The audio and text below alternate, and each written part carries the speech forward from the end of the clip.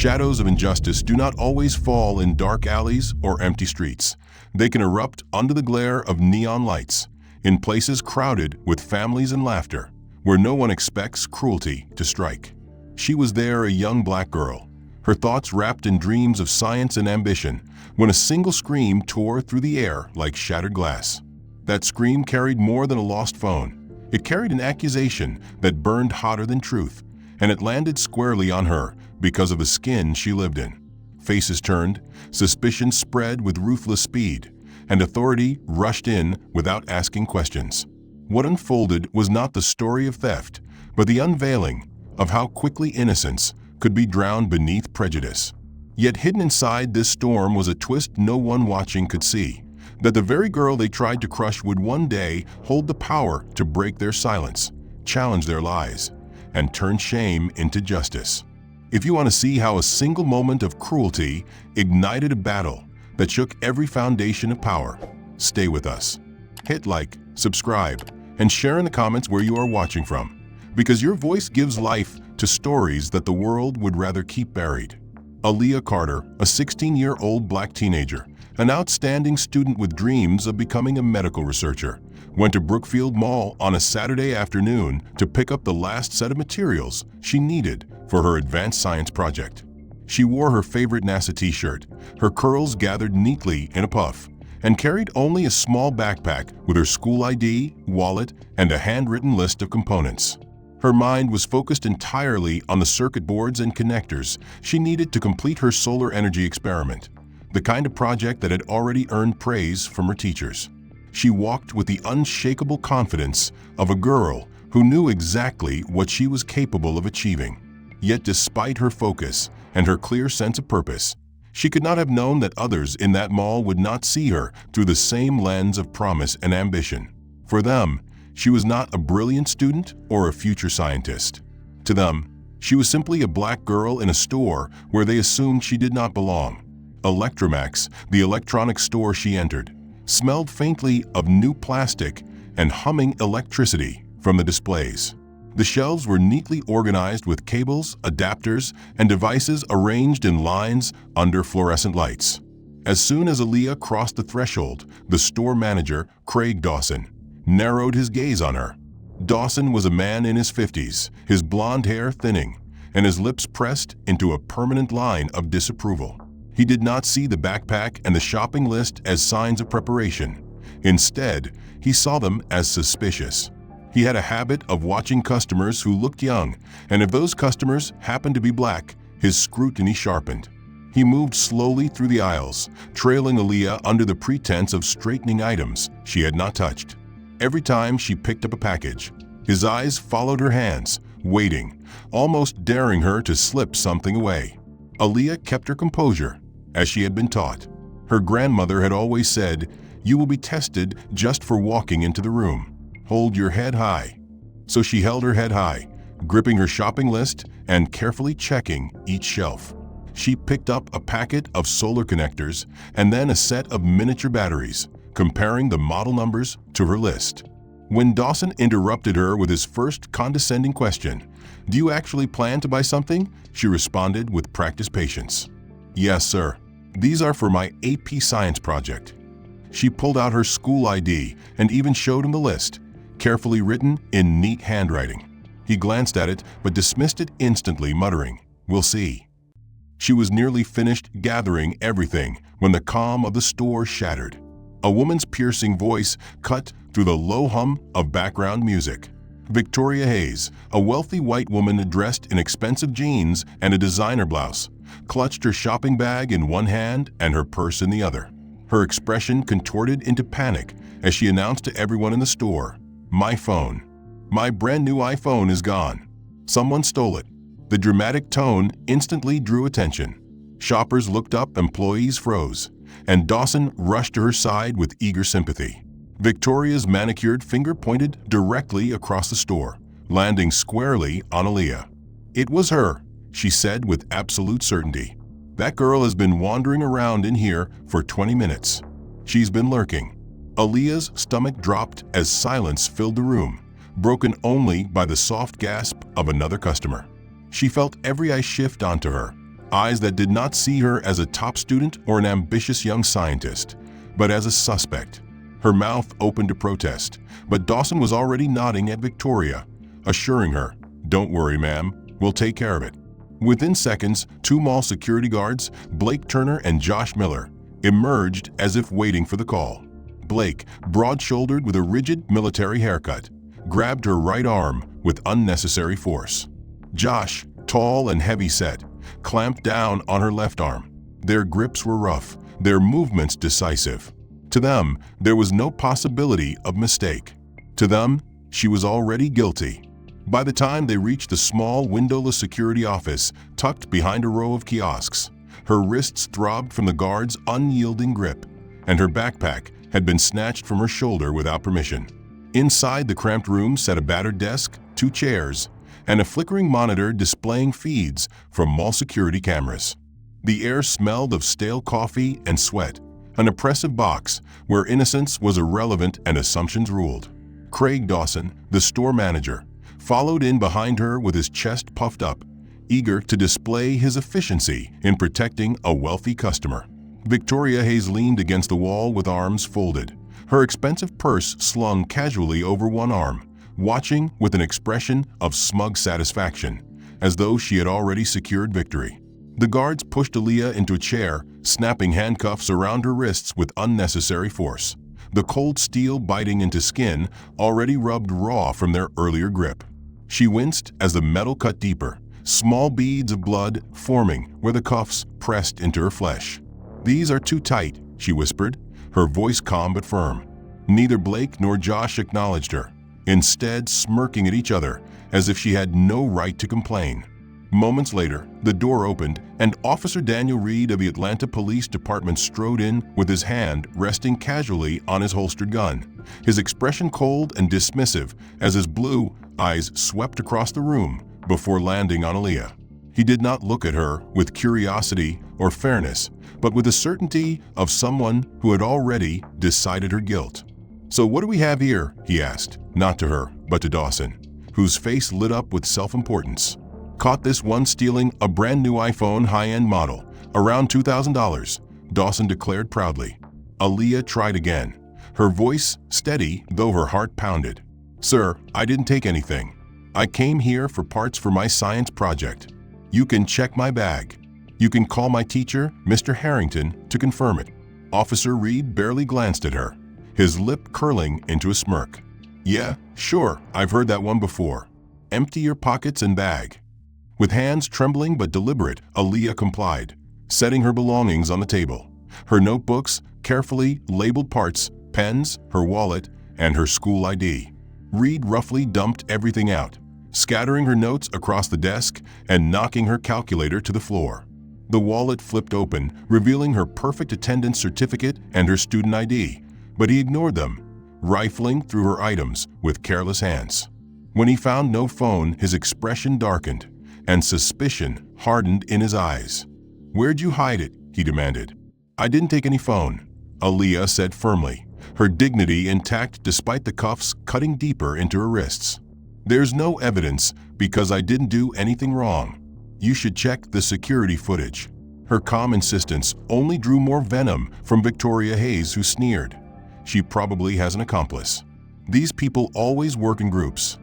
The room fell silent as the poison of her words lingered. Officer Reed nodded slightly, his agreement plain.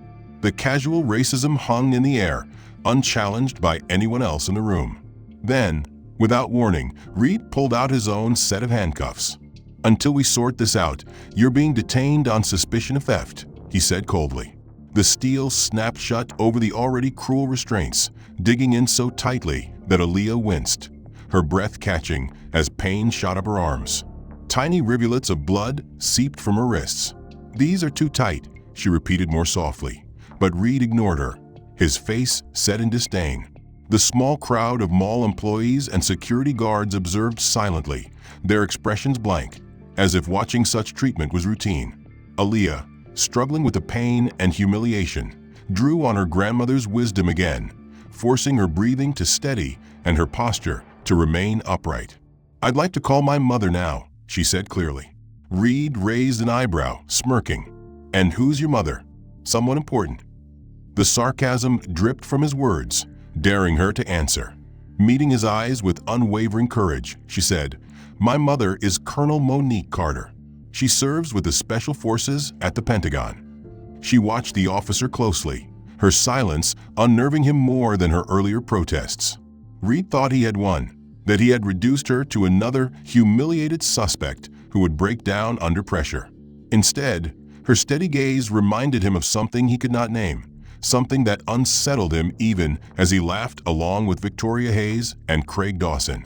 He raised her phone mockingly and pressed the call button. Aaliyah's voice, calm and clear, delivered the number of her mother without hesitation. The ringtone pulsed through the air, and the room fell silent for a moment, as if waiting for the inevitable collapse of her supposed fabrication. Across town in the Pentagon's secure briefing room, Colonel Monique Carter sat in her chair, her posture impeccable, her eyes fixed on the satellite imagery projected on the screen before her. Years of service had trained her to compartmentalize, to separate global threats from personal concerns. But when her phone vibrated against the table, she felt something unusual, a tug that demanded her attention. She glanced down and saw her daughter's number glowing on the screen. Aaliyah never called during school hours unless something was wrong. Breaking protocol, Monique excused herself with calm authority, her voice cutting through the room of generals. "Family emergency. Lieutenant Cooper will continue the briefing." The senior officers nodded, recognizing both her rank and the tone that brooked no argument. She stepped into the hallway and answered the call. "Zora, what's wrong?" Her voice shifted instantly from commander to mother.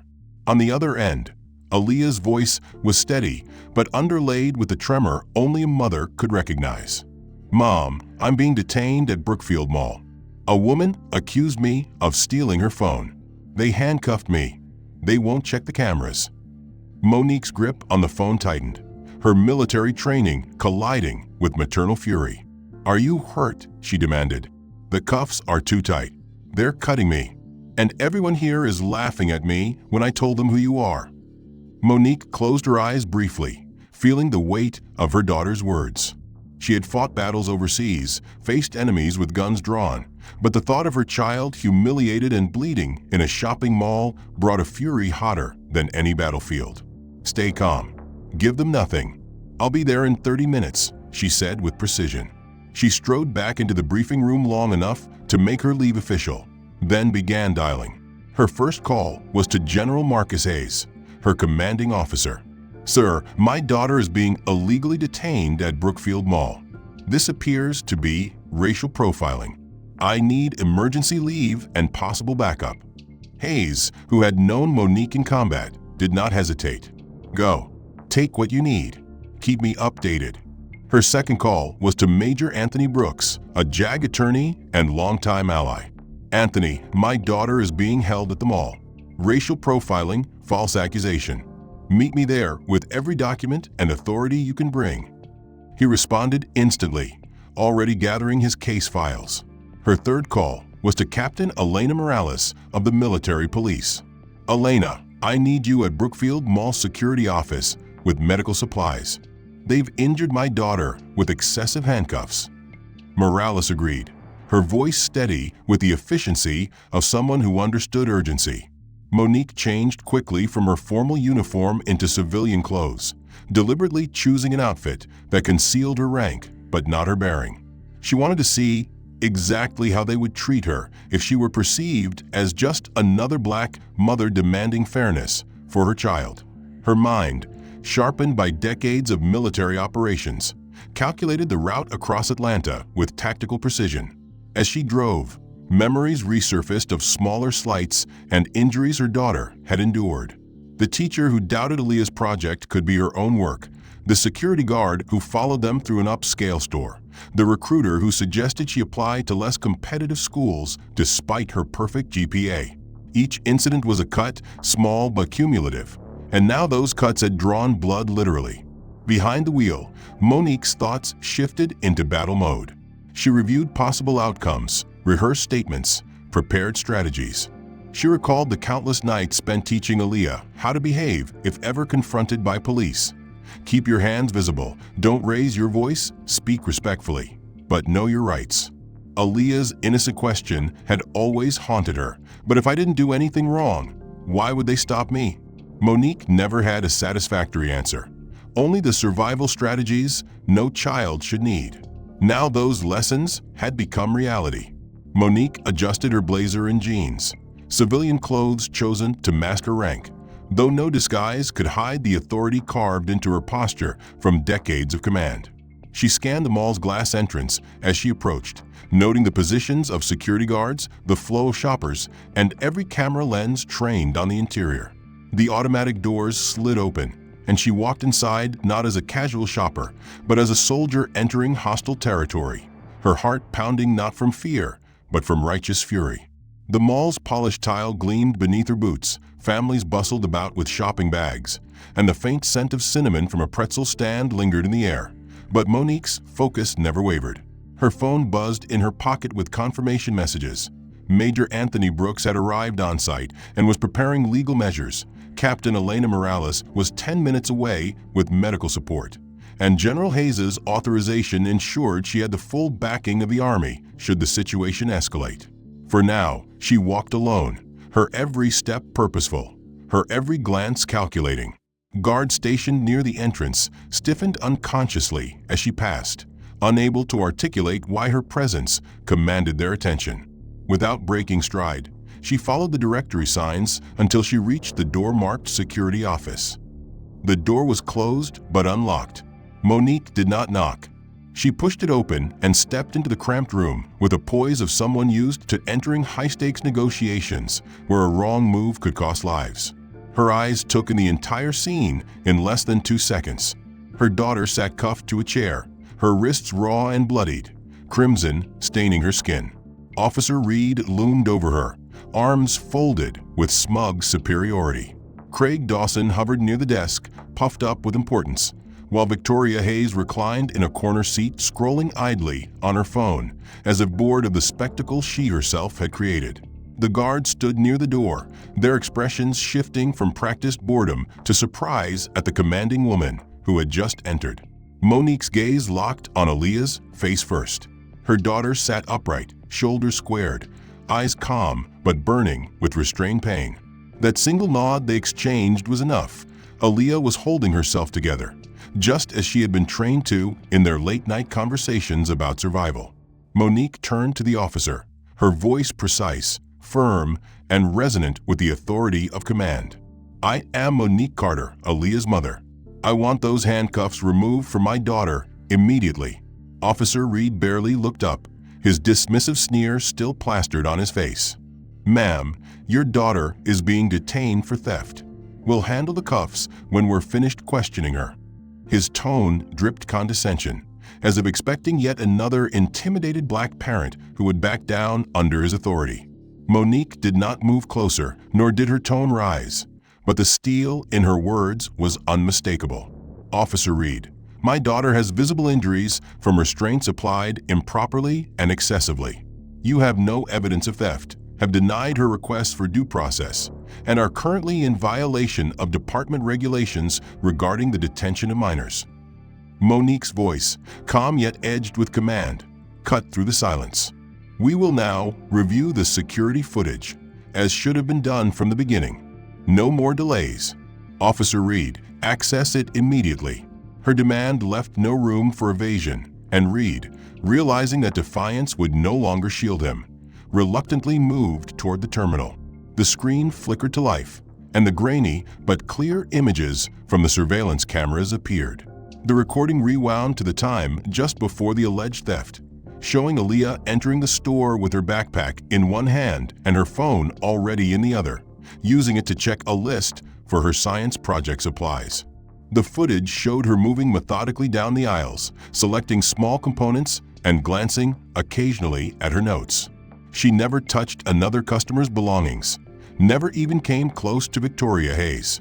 Monique's sharp eyes caught the detail instantly. "Pause there," she ordered, and Reed reluctantly obeyed. The frame clearly showed Aaliyah holding her own phone in her left hand while browsing items with her right. That alone disproves the accusation. Monique stated evenly. She already had her phone when she walked in. Reed's jaw tightened, but he resumed the footage. The camera angle shifted to where Victoria was browsing a display table. The video showed her placing her phone on the counter beside her purse as she tried on a pair of headphones. Then, distracted by a friend calling her from across the store, she walked away without picking up the phone. Seconds later, another customer, a young man in a baseball cap, approached the counter, glanced around, and casually slid the unattended phone into his shopping bag before exiting the store unnoticed. The entire room froze as the truth illuminated itself across the screen. Aaliyah had been nowhere near Victoria during the theft. Monique folded her arms, her expression unreadable, but her voice like steel. "Officer Reed, Mr. Dawson. Miss Hayes, there is your truth. The phone was stolen, yes, but not by my daughter. You accused her because she fit your bias, not because she fit the evidence." Craig Dawson's face flushed crimson as sweat formed at his hairline, and his hands trembled as he realized the weight of liability now pressing on his store. I didn't know," he stammered. "She pointed at your daughter, and I assumed." His words withered beneath Monique's sharp glance. "You assumed because she is black. That assumption has consequences. Do you have any idea what kind of trauma you inflicted on a child who only came here to buy supplies for a science project?" Victoria, pale and shaken, tried to protest weakly. "I thought I was sure I saw," but Monique cut her off, her voice sharper now. "No, you weren't sure. You wanted someone to blame, and you picked the black girl because in your mind, she was the easiest target. Do you understand the damage of your lie? My daughter was humiliated, cuffed, and injured because of you." Victoria sank lower in her seat, fumbling for words that would not come, her earlier superiority stripped bare by the undeniable images on the screen. Reed, however, attempted to salvage his authority. "Even if the video shows another suspect, we were following procedure based on the statement of a witness," he said stiffly. Major Brooks stepped forward then, his voice calm but carrying the weight of legal finality. "Officer Reed, the procedure does not allow for the detention of minors without evidence, nor does it permit the use of excessive force. The footage clearly proves that the accusation was false. Continuing to hold or charge Aaliyah would constitute misconduct and unlawful detention. Chief Alvarez is waiting for this update, and I assure you, he will not take lightly to his officers abusing their power." Reed's shoulders stiffened as the full weight of accountability loomed over him. Before they could take another step, a commanding voice echoed from the far end of the hall. "Colonel Carter, a word." It was Chief Alvarez himself, flanked by two senior officers. His presence radiated authority, his uniform pristine, his expression carved into granite. He motioned for Monique to stop, and though she had no obligation to obey, she paused, placing a reassuring hand on Aaliyah's shoulder. "Stay close, baby," she whispered before turning her gaze on the chief. Alvarez's voice carried the weight of bureaucracy, not compassion. "I've been briefed on the situation," he said coldly. "It seems the accusation was false, but the manner in which you chose to handle this has raised concerns. Bringing military personnel into a civilian matter, undermining local officers, and escalating tensions. Those actions could have consequences." His words dripped with veiled hostility, not against the injustice committed, but against Monique's refusal to bow to the chain of command that had failed her child. Monique's eyes narrowed slightly, her years of service giving her the ability to remain composed under fire.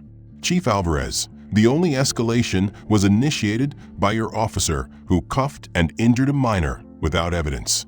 My so-called interference ensured that the truth was revealed before an innocent girl was dragged through a system eager to criminalize her simply because she is black."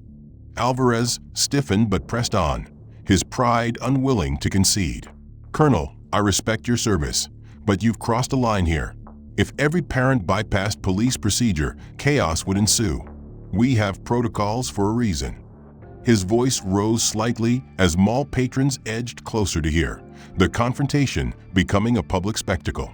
Monique refused to let him frame the narrative. "Your protocol is flawed when it protects prejudice instead of people. My daughter was targeted because of her skin color.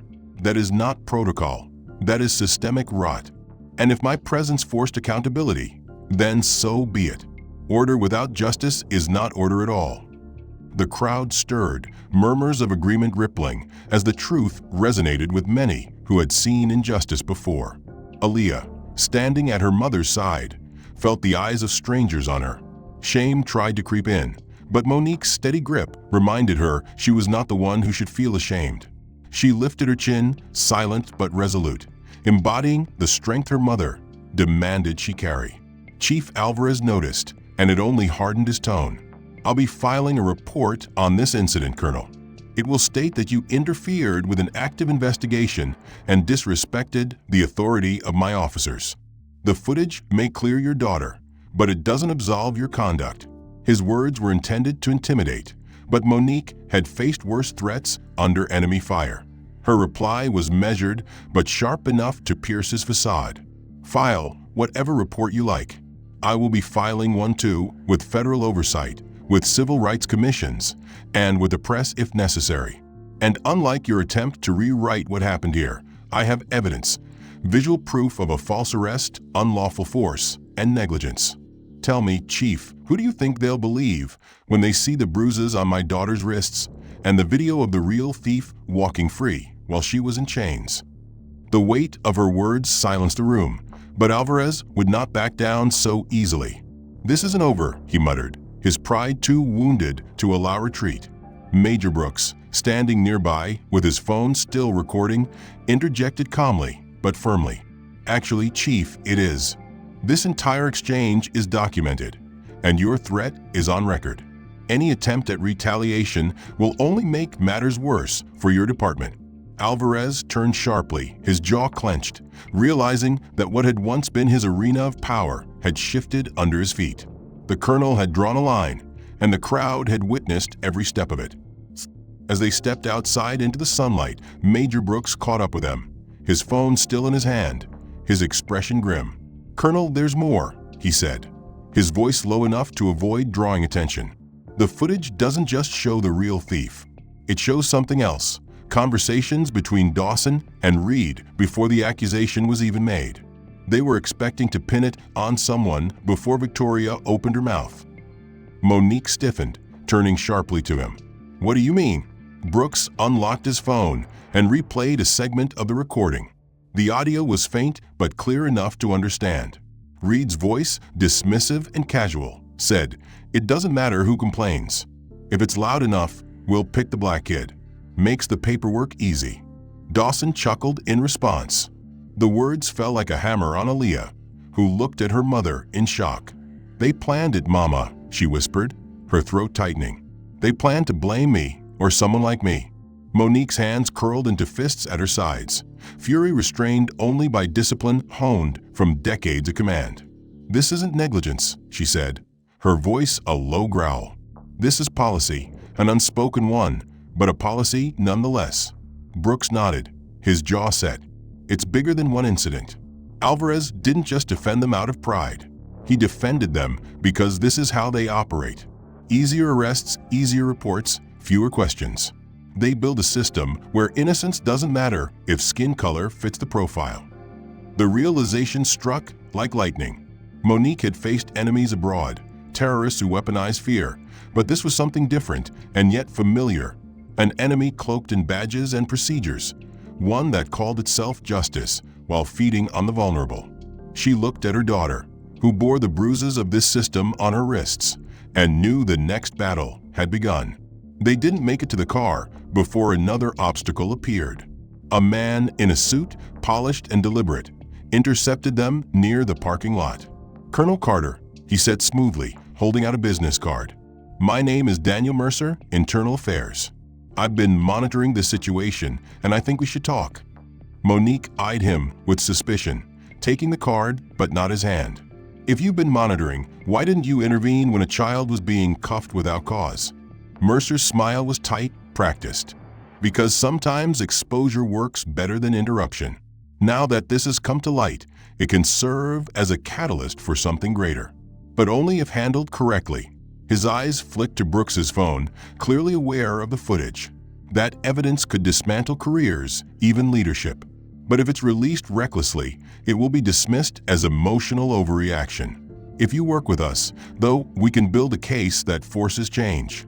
Monique had dealt with men like him before, calculating, strategic, motivated by results rather than conscience. "And if I don't?" she asked flatly. Mercer's tone lowered. "Then Chief Alvarez and his allies will bury this, discredit you, and turn public opinion against your daughter. They've done it before. They'll do it again." Aaliyah pressed closer to her mother, whispering, "He sounds like he's on their side too." Monique nodded slightly, not taking her eyes off Mercer. "I don't trust men who show up only when the smoke is cleared," she said. "But I will use whatever tool I must to protect my daughter and expose this system. So if you want cooperation, you'd better prove you're more than words." Mercer accepted her terms with a curt nod. "I'll be in touch," he said, retreating with the precision of someone who had already predicted the exchange. Brooks muttered under his breath, "Snakes in every shadow." But Monique tucked the card into her pocket, knowing even snakes could be useful when they turned on each other. Later that evening, as the sun sank and the weight of the day pressed down, Monique sat with Aaliyah at their kitchen table. Her daughter's eyes were swollen from exhaustion, yet behind them burned a spark of determination. "Mama, if they can do this to me, they can do it to anyone," Aaliyah said. "What if another kid doesn't have a mama like you to fight for them? What if they just get swallowed up?" The words stabbed Monique in a place even combat couldn't reach. She reached across the table, taking her daughter's hand gently. "That's why we don't stop. That's why we take this fight beyond today. What happened to you is bigger than us. It's about every child they decide looks guilty before they even open their mouth." Aaliyah's voice trembled but carried conviction. "Then we have to show everyone. The video, the conversations, all of it. They can't keep hiding if the truth is in the open." Monique hesitated, weighing the risks. She had spent a lifetime balancing justice and survival, but here sat her daughter, demanding courage not just for herself, but for others. The bruises on her wrists were not just wounds, they were a call to arms. Finally, Monique nodded. "We will, but we'll do it smart. We'll expose them in a way they can't erase or spin." The next day, Brooks arrived with more than recordings. He had dug deeper into officer records, uncovering patterns of disproportionate arrests, complaints quietly dismissed, and cases eerily similar to Aaliyah's. "It's all here," he said, spreading the files across the table. "This wasn't an accident.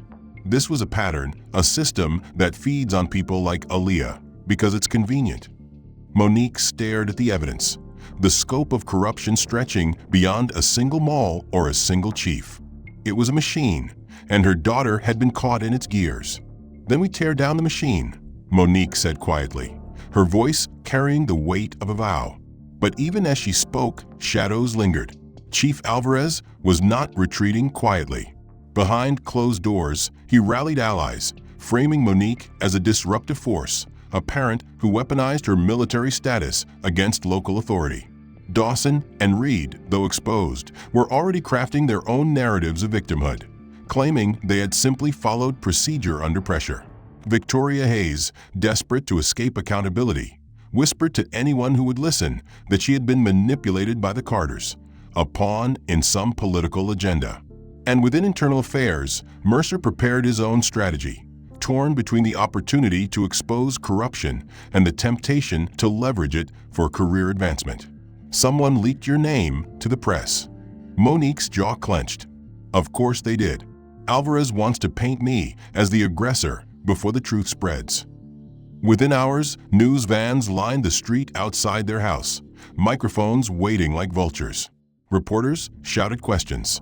"Colonel Carter, did you threaten local police with your military status? Was your daughter shoplifting? Did you provoke the confrontation?" The lies spread faster than the truth could breathe. Monique guided Aaliyah to the back room, shielding her from chaos, while Brooks slipped out to confront the reporters. "She has no comment," he barked, but the cameras kept rolling, their lenses hungrier than eyes. By afternoon, the retaliation intensified. Monique's commanding officer called, his tone measured but concerned.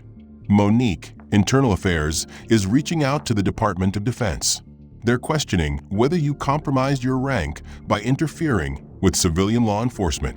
The accusation stung not because it carried truth, but because it weaponized her service against her. "So defending my child is misconduct?" she demanded. "They want you silent," her commander admitted. "But if you fight this openly, the blowback could end your career." The trap was clear: protect her daughter and risk everything she had built, or protect her career and abandon her child to systemic injustice. For Monique, the choice was no choice at all. She hung up, her resolve solidifying like iron. That night, a rock shattered the front window. Aaliyah screamed, and Monique rushed forward, shielding her as glass scattered across the floor. Outside, footsteps ran into the dark, followed by the screech of a car speeding away.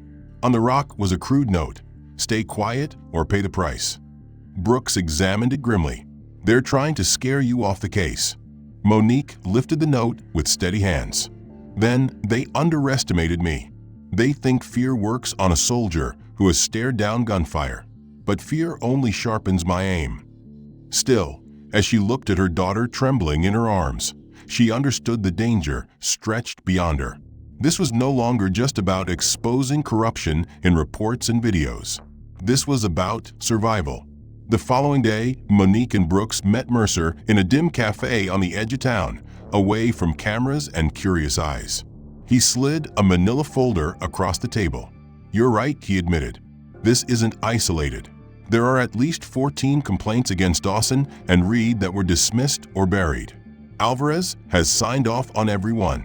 And get this, 2 city council members received campaign donations from the mall's corporate owners. The pressure to keep the orderly image of that shopping center runs deep." Monique opened the folder, each page heavier than the last. "So it's not just police," she muttered. "It's business, politics, money. The whole chain profits when black children are treated as disposable." Mercer's face was unreadable, his voice calm. "That's why this must be handled strategically. If you go public recklessly, you'll be drowned in counter-narratives. But if we build the case piece by piece, we can dismantle their protection." Brooks leaned forward, suspicion still sharp in his tone. "And what's in it for you?" Mercer's smile didn't reach his eyes. "Justice. And maybe a career milestone. Let's not pretend altruism runs the system." Monique nodded slowly. "Then you'll understand why I don't trust you. But I'll work with you, because my daughter's future depends on it." Even as alliances formed, the intimidation escalated. Aaliyah's school reported a surge of rumors that she was a thief, whispered in hallways and scrawled on bathroom stalls.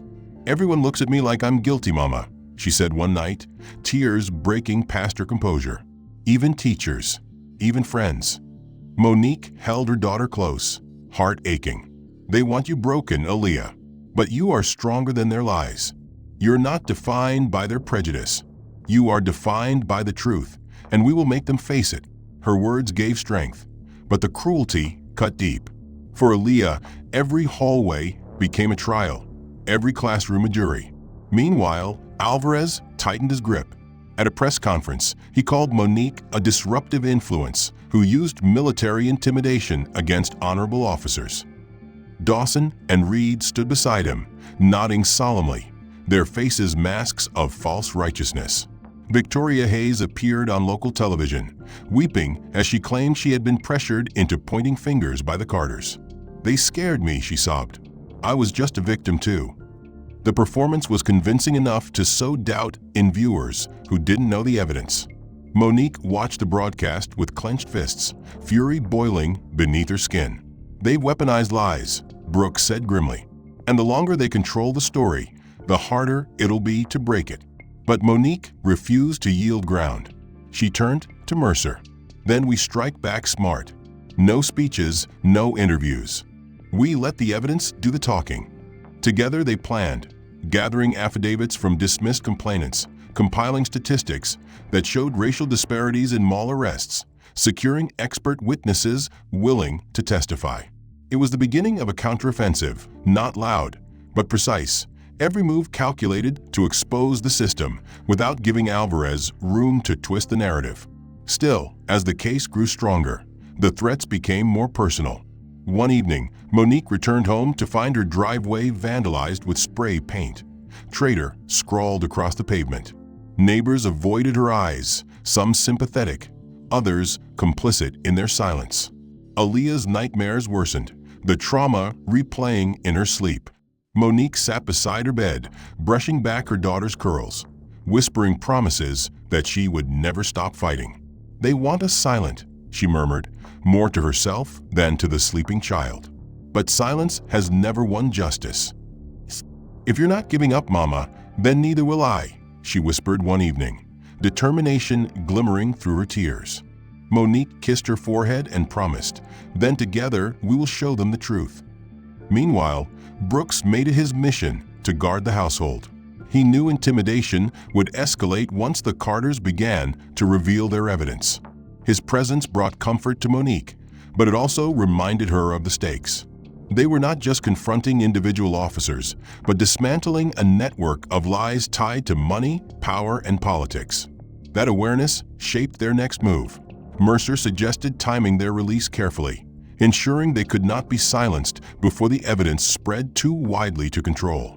"Once this goes public," he warned, "there's no turning back. You'll either become a beacon or a target."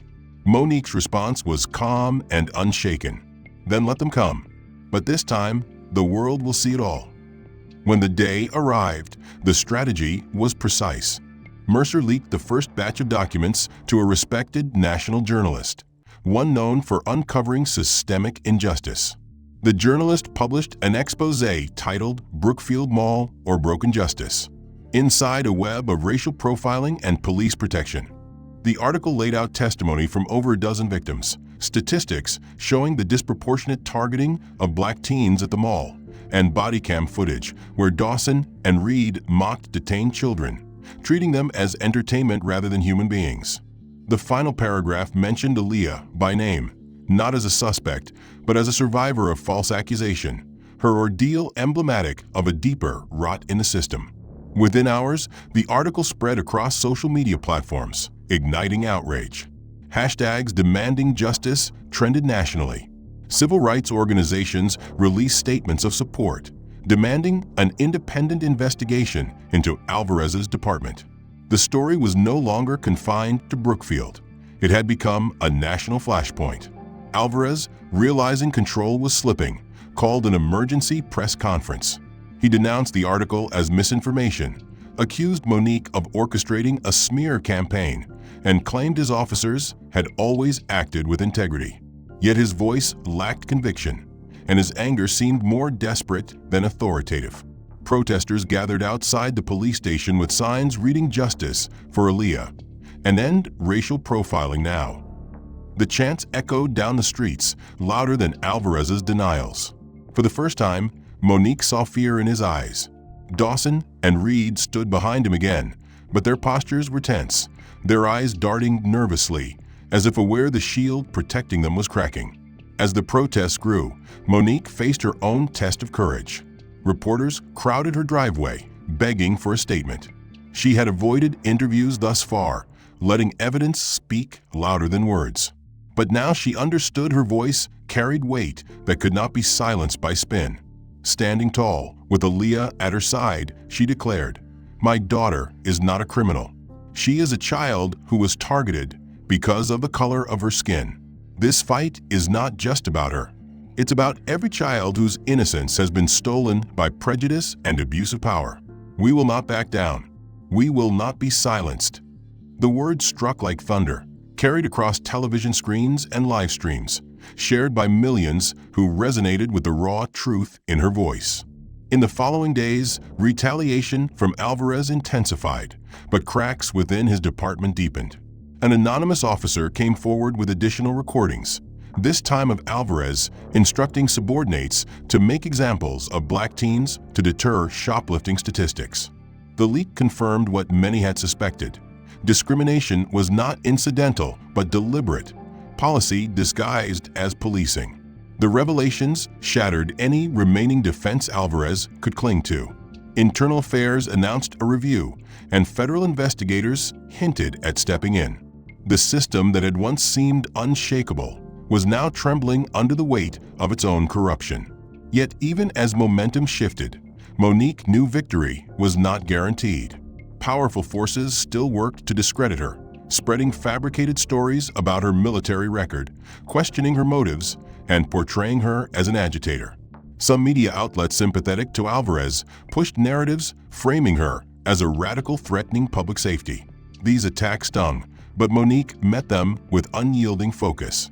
"Let them paint their lies," she told Brooks late one evening. "The truth will outlast their smears." Brooks nodded, respect etched deeply in his expression. "You've already turned the tide, Monique. They're fighting to keep what's slipping through their fingers." For Aaliyah, the turning point was personal as well as public. At school, whispers of thief began to fade, replaced by students approaching her with apologies, some ashamed they had believed lies so easily. Teachers, who had once doubted her, began speaking words of encouragement. While wounds remained, the shift showed Aaliyah that courage could change perception, that silence only allowed lies to thrive. She started keeping a journal, writing down not just her pain, but her hopes for the future, capturing in words the transformation of her struggle into resilience. Monique, reading her daughter's entries late at night, wept quietly, not from despair, but from pride. Her daughter was no longer just surviving the storm, she was learning to stand in it. As public outcry intensified, national figures spoke out. Civil rights leaders traveled to Brookfield, joining protests outside the mall. Clergy, veterans, and students stood shoulder to shoulder, chanting Aaliyah's name. Donations poured in to support legal action against Alvarez and the mall's corporate partners. What began as a single accusation against a black teenager had become a rallying cry for justice across the country. Monique recognized the shift.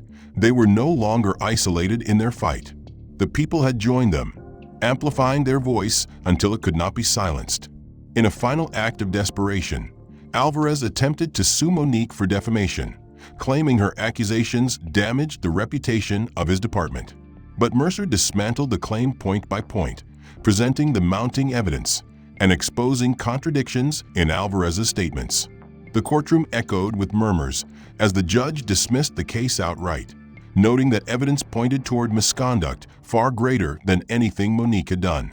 For the first time, Alvarez was forced into retreat, his swagger replaced with the realization that accountability was finally closing in. The courtroom was packed, the air thick with tension as Monique, Aaliyah, Brooks, and Mercer sat side by side at the plaintiff's table, facing the people who had tried to destroy them. Alvarez, Dawson, and Reed stood accused, their faces pale and strained under the weight of mounting evidence. The trial had stretched for weeks, with every day bringing another revelation that chipped away at the authority they once wielded so easily. The testimony of officers who had defected from Alvarez's control, the leaked memos instructing racial profiling, the recordings of Dawson mocking detained black children, and the financial records exposing bribes for mall executives. All of it painted a picture of corruption too vast to deny. Monique had prepared herself for this moment, but as she sat in the courtroom with Aaliyah's hand clenched tightly in hers, she realized it was no longer just about proving innocence. It was about declaring that their lives mattered, that truth mattered, that no system built on prejudice would ever stand unchallenged again. The judge, stern and deliberate, read through the charges. The silence was heavy as the words guilty of misconduct, guilty of abuse of power, guilty of falsifying reports, guilty of civil rights violations echoed across the room. Alvarez's jaw clenched. Dawson's eyes darted nervously. Reed's shoulders slumped in defeat. Monique felt Aaliyah's grip tighten, tears welling in her daughter's eyes not from sorrow, but from relief. The verdict was clear. Justice had arrived. Outside the courthouse, crowds erupted into cheers as news of the conviction spread. Protesters who had carried signs for weeks now raised them high in triumph, chanting Aaliyah's name as a symbol of victory. Reporters rushed forward, cameras flashing, microphones thrust toward Monique. She spoke not with anger, but with clarity, her voice carrying the strength of someone who had weathered storms and refused to bow. "This is not just my family's victory. This is proof that when truth is pursued relentlessly, Even the most powerful cannot hide behind lies. My daughter was targeted because she was black, but today she stands free, not only in the eyes of the law, but in the eyes of a nation that has chosen justice over silence. Her words traveled across the country, appearing on every major network, shared millions of times online, carried into homes where parents held their children closer and whispered, "This is why we fight." Alvarez was sentenced to prison, stripped of his badge, his career destroyed by his own corruption. Dawson and Reed faced similar consequences, their names etched into the public record as symbols of disgrace. The mall, once a fortress of unchecked authority, was forced to undergo sweeping reforms, including the removal of discriminatory policies and mandatory oversight of its security contracts. Monique had not just defended her child, she had forced an entire system to confront its rot. Yet even in triumph, she knew the scars remained. Aaliyah still carried the pain of betrayal from classmates, the humiliation of being branded a thief, the trauma of cold stares and whispered insults. Healing would take time. But as they stood together, walking out of the courthouse into the sunlight, Monique leaned down and whispered, "They tried to take your dignity, baby, but you reclaimed it. That's a strength they can never erase."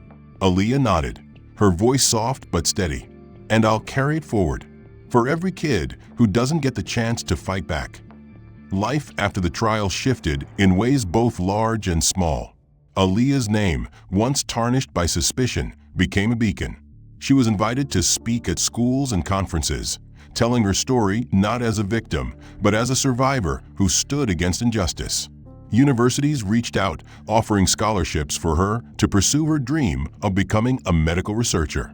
She accepted one with humility, determined to use her education not just for herself, but to honor the struggle that had defined her family's fight. Monique, too, found herself transformed. Veterans groups hailed her as an example of discipline and courage. Civil rights organizations invited her to join advisory boards, and ordinary mothers wrote her letters, thanking her for showing them that one voice could indeed make a difference. Brooks continued his quiet watch, his loyalty unwavering, but even he allowed himself a smile when he saw how far they had come. "You started this fight alone," he told Monique one evening, "but look around you now. You've built an army of truth." Yet perhaps the most meaningful transformation was the one within their community. Where once whispers of doubt and prejudice had poisoned the air, now there was acknowledgement, even accountability. Some of the same neighbors who had averted their eyes now came to apologize, admitting how easily they had believed a lie because of the color of a child's skin. Aaliyah accepted their words, but never let them forget the cost of their silence.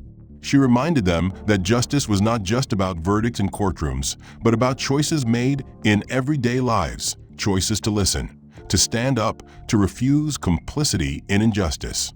Her voice, though young, carried wisdom earned through fire. As years passed, the Carter family carried their story not as a wound, but as a legacy. Aaliyah published her journal, weaving her experiences into a book that inspired thousands. Monique worked with activists to push for national reforms, ensuring that what happened in Brookfield would never be repeated elsewhere. And when anniversaries of the trial came, they returned to the courthouse steps not as plaintiffs, but as advocates, standing with new families, lending their strength to fresh battles. They had learned that the fight for justice was never fully over, but each victory carved a path for the next generation to walk with fewer chains. The end of their struggle was not a conclusion, but a beginning. Aaliyah, once a frightened teenager accused of theft, now stood tall as a symbol of hope. Monique, once a desperate mother battling lies, now stood as a leader who proved truth could prevail. Together they had shown that injustice could be dismantled, not by power or violence, but by persistence, courage, and the refusal to remain silent. The message echoed beyond their family, beyond their city, beyond their state. Discrimination thrives in silence, but it crumbles when confronted with unwavering truth. The end. I'd also like to hear from you. What did you make of the plot as it unfolded? Which stage hit you the hardest? The accusation in the mall, the turning point in the courtroom, or the moment Aaliyah finally reclaimed her voice? And tell us, where are you watching this from?